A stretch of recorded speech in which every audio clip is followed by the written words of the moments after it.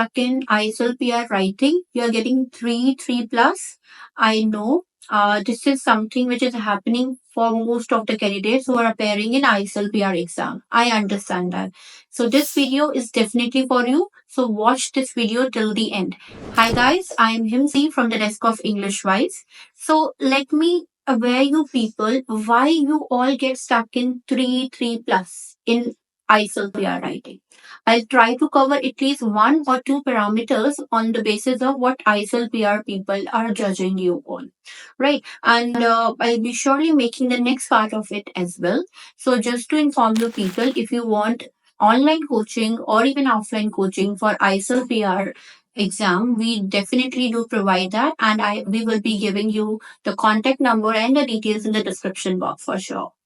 Okay, so coming up to why you people lack. So most important thing that you should be aware of is we all get marks out of 5. So if you are a teacher and you want to become a registered teacher in Australia, you would be requiring 4 or 4 plus in your exam. And basically, even if you are getting 4, you are totally eligible for get yourself registered under any registration entity. So what Planter we are doing? We are trying to write outline statement, thesis statement in the task 2. It is definitely not required. This is an ISLPR exam. You cannot get confused. You cannot really confuse it with IELTS exam. So I know my students say that I have written very good vocabulary. Are they really requiring very good vocabulary? No, not really. What they want is, of course, you are abiding by the task given to you. Number 2, professional tone, professional vocabulary. They do not want you to use quite high vocabulary that even your reader is not really able to comprehend. And come on, in your corporate world or in the world of teaching, we are not at all using that kind of vocabulary. ISLPR wants to evaluate you in a formal tone. Or I would say ISLPR wants to evaluate your performance in the teaching world. What kind of tone you are using. Are you writing in layman's language? So then they won't be really giving you marks. So number 1, let's talk about task response. What kind of questions do you get? So you can get memorandum writing, you could get an email writing, you can get a letter writing, you can even get a lesson plan related to the subject, or maybe related to the group that you have selected while registering yourself in ISLPR exam. Primary teaching, secondary teaching, or even early childhood. Right?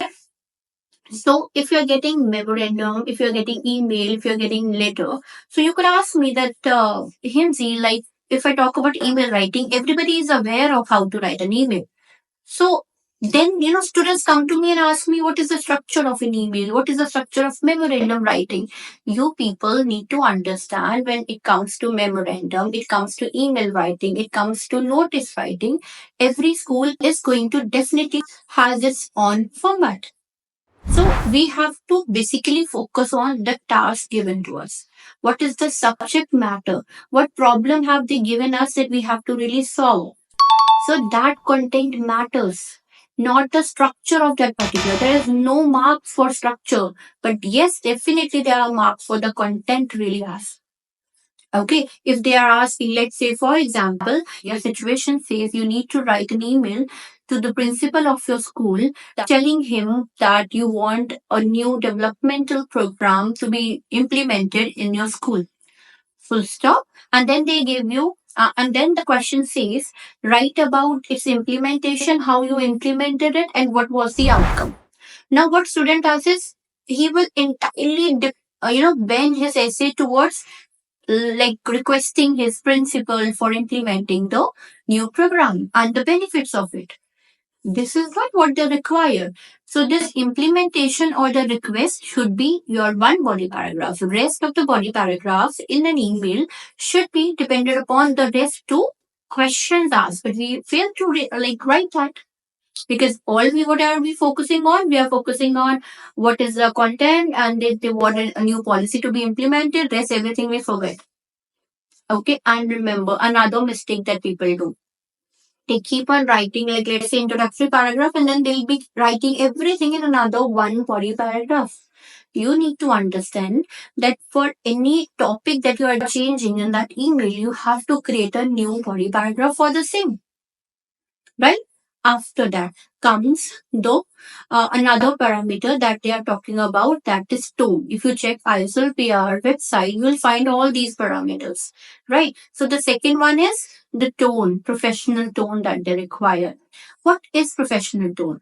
That means that, let's say they have given you a review, or maybe they have given you a journal to write on the first day of your school, how you taught your students. So instead of I went to school, students greeted me, and we had a good experience, try not writing layman's language.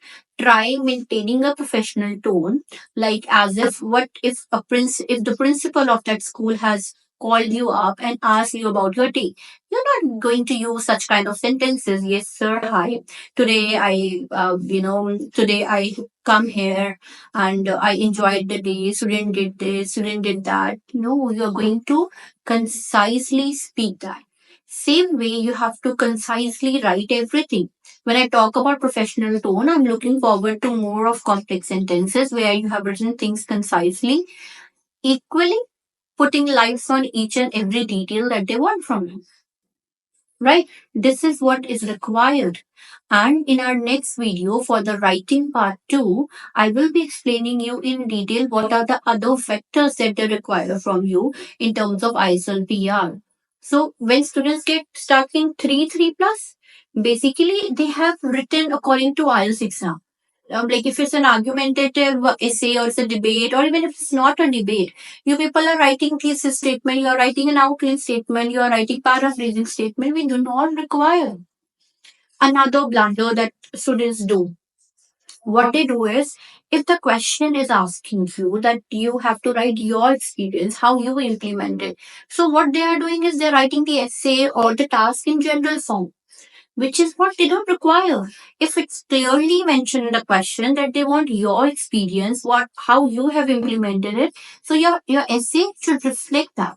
I did it, or I am planning to do this, I would do this. So you have to inculcate all of what is required. And if the tone of your question itself is in the general mode, it doesn't really require your particular strategy, but just the strategies that a teacher should be implementing in her class or his class, you have to write accordingly. There, you cannot put I did it or I implemented it. You need to understand your question clearly, and then you need to plan your essay or any task given to you guys. Okay, so we'll be meeting in the next video, and I'll try to put some lights on the other parameters that they are evaluating you on, and what you can do to shift or to have a transition from 3 plus to 4 plus. Till then, bye bye, rise and shine.